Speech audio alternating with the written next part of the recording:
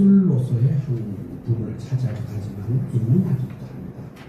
예술은 여러 장르가 있죠. 우리 문학을 비롯해서 미술, 음악, 여러 가지 공연 있습니다. 그런데 인문학으로 딱 분류를 하는 것은 문학밖에 없습니다. 물론 미술, 음악이 격이 낮다 뭐 이런 개념은 아니에요. 왜 그런가 하면 우리 문학은 예술로 받아들이기 전에 우리 인간이 형성하는 가장 중심에 있는 사유를 받아들이는 바로 그 서사가 우리 문학이기 때문입니다. 그래서 학교 교육에서 국어가 빠지지 않는데 그 국어 속에는 반드시 문학이 들어야 합니다. 이때 문학은 우리가 하는 창작이 아닌 창작물을 통해서 인문학 교육을 시키는 거예요. 지금 우리 교육이 이 인문학 교육이 결여돼서 각 대학에 심지어 지금 동문학, 불문학이 없어지는 바가 있어요. 안 가? 부모들이 모두 자기 자녀를 쓰는 기술도 동시에 가져야 돼요. 우리의 삶은 내가 나를 가꾸는 거예요. 그렇죠? 여러분 가정에 지금 여기 자료학은 조금 별도로 가겠습니다. 자료는 아직 읽으세요. 여러분 가정에 애완동물을 고양이든 강아지든 기르실 거예요. 또 꽃도 한두 포기 기르시는 분도 계실 겁니다. 얼마나 애지중지 기릅니까? 꽃이 마르면 물을 주고 영양분도 주고 강아지도 주고 아프면 병원에 데려갑니다. 여러분 자신은 누가 가꾸죠? 여러분도 잘하는 거예요. 어머니한테 태어나서 이 세상을 떠날 때까지 여러분은 끊임없이 잘하고 있는 거예요. 어린이에게만 잘하는 게 아니에요.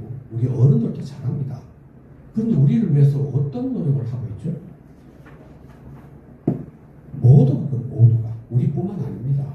이러니까 모두 바깥에서 밖으로 보이는 나의 무엇을 다듬기에 바쁘고 그 권력 구조 안에 들어간다든지 부를 누린다든지 이러다 보니까 인간에 대한 존엄이 사라지고 있는 거예요. 그래서 상대에 대한 배려도 부족하고 언어도 거칠어지고 이렇게 되어서 인문학이 홀대받기 때문에 사회가 혼란이 오는 거예요. 여러분들이 선진국이라는 유럽은요 인구가 많지도 않아요. 1000만 명이기 때문에 큰 나라입니다.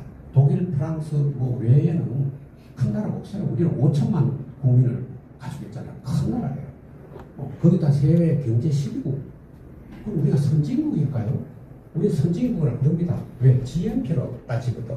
GNP 12국에 IMF GNP가 12국에 들어가면 선진국으로 분류가 돼요. 그런데 서양에서는 미국이나 이런 나라가 부자 나라가 왜 선진국이 되냐면은 부의 상승과 동시에 문화의 상승이 균형이 이루어지고 있는 거예요. 우리는 그 균형이 안 이루어져요. 이래서 사회가 혼란스럽다. 사회가 질서 있게 잘 살려면 바로 인문학이 자리를 잡아야 된다. 그리고 인문학은 보통 문사체라고 부르잖아요. 무슨 문사체? 문이 뭐죠? 문학. 사는 역사. 철학. 물론 철학이 중요하죠. 왜 공제가 따랐어요? 그럼 1, 2, 3이 등류가 있는 건 아니에요, 사실은. 그런데 문학을 앞에 둔 것은 인문학으로서 문학을 습득해야 역사가 성립을 해요. 인문학이 존재해야 철학이 존재해요. 사회에서. 왜냐하면 역사를 서술해야 됩니다. 그렇죠. 우리가 많은 사람들이 상상하지 않으면 우리 인문학이 변하거나 발전할 수가 없다. 그러면 이 독자들에게 그럼 어떻게 하면 책을 읽게 할까요? 물론 교육이 필요하다고 말씀드렸습니다. 그럼 우리 문학이 너무 격에 올라가 있습니다. 아까 제가 모두에 직설적으로 말씀드린다고 했습니다. 우리 문학 격이 낮은 건 아니잖아요. 그렇죠? 그러나 우리 문학이 대단하다고 하면 안 되는 거죠. 여러분 자녀들이 영화를 한다 그러면 영화관에 갑니다. 음악을 듣습니다. 그러면 자기 좋아하는 가수 음악을 들어요. 돈을 주고 음원을 사서 듣습니다. 그럼 그 듣는 여러분 자녀들이 음악가가 되기 위해서 듣습니까? 영화 배우나 연출가가 되려면 극장에 갈까요? 즐겨서 갑니다. 여러분들이 여행을 좋아하시잖아요. 여행을 공부하러 가십니까? 놀러 가는 거예요. 즐기러. 그래서 그것을 그것을 열심히 즐기면서 하다가 보니 공부가 되는 거예요. 여행을 열심히 하다 보니까 다른 나라 문화를 이해하게 되고 역사를 알게 되고, 음악을 열심히 듣다가 보니까 내 안에 사유공간이 생기고, 문학도 그렇게 가야 돼요. 문학도 오락기능이 하나입니다. 우리 너무 공부를 하고 싶어요. 공부. 제가 개몽사에서 오래 공부했습니다. 한 50대 지금 되시는 분들은 제가 한 200종 정도의 개발을 했으니 아마 제가 개발한 책들을 읽고 잘하신 분도 아마 계실 거예요. 이 우리나라 어머니들이고 책을 자녀에게 사주면 우리 아이가 천재가 되는 줄 알아요. 어른 책은 안 팔리는데 애들 책은 잘 팔리는 이유가 거기 있습니다. 많이 사줘. 근데 엄마는 안 읽어. 엄마분이 안 읽어요.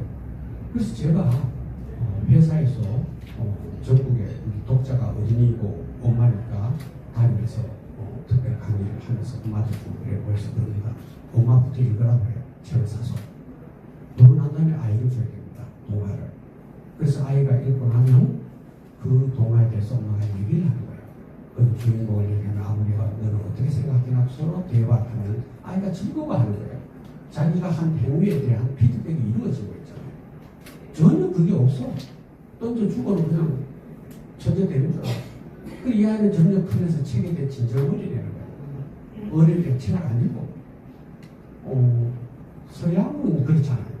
제가 세계 각국 국회를 다녀보면 꼬맹이 제일 어릴 때 글자도 모를 때요. 유아원 유치원도 안 갈 때입니다. 이럴 때 책을 주는데 이 책에는 글씨가 하나도 없죠. 글을 모르니까. 거기는 그림만 있어요. 할아버지 얼굴, 어머니 얼굴, 자동차, 비행기, 자전거 이런 거 있어요.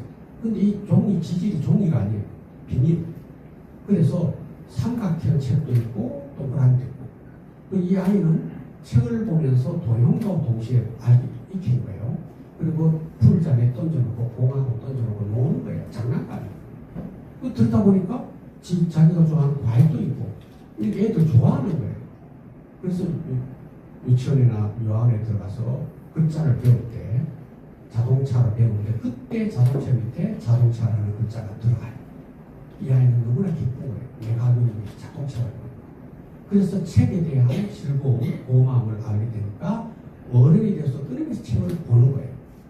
우리는 이런 교육이 되지 않았고 책을 통해서 큰 인물이 된다고만 생각했던 거예요. 오랑만. 여러분들은 한 달에 책을 몇 권씩 읽으실까요?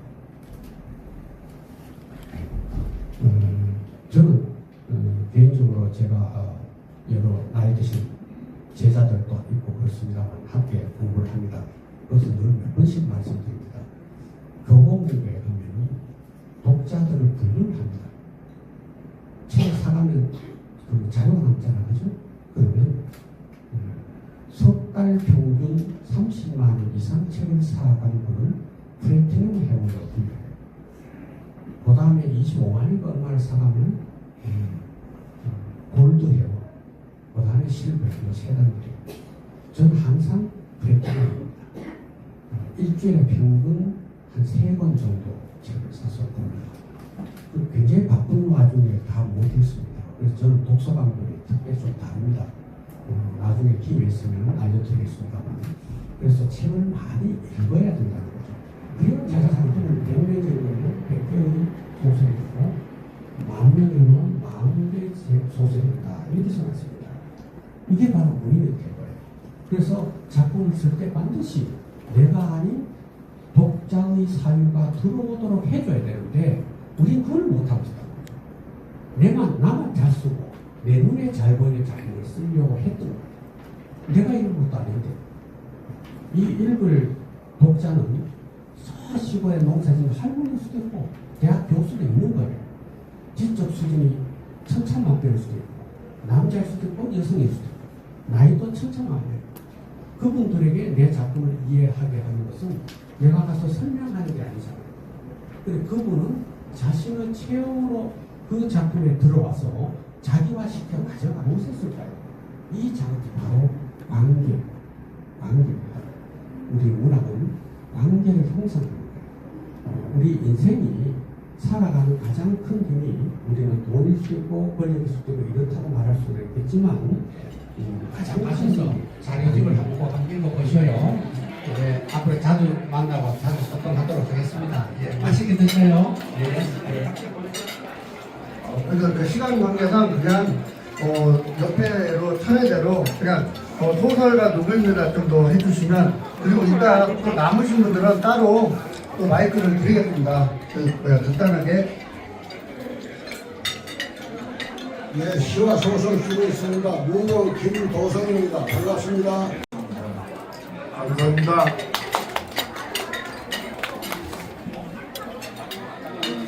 안녕하세요. 저는 이지은이라고 합니다. 안녕하세요. 이청비입니다. 소설 공부하고 있고요. 옛날에 숲이라고 시도 조금 했는데 하여튼 그런 거 재밌어서 하고 있습니다.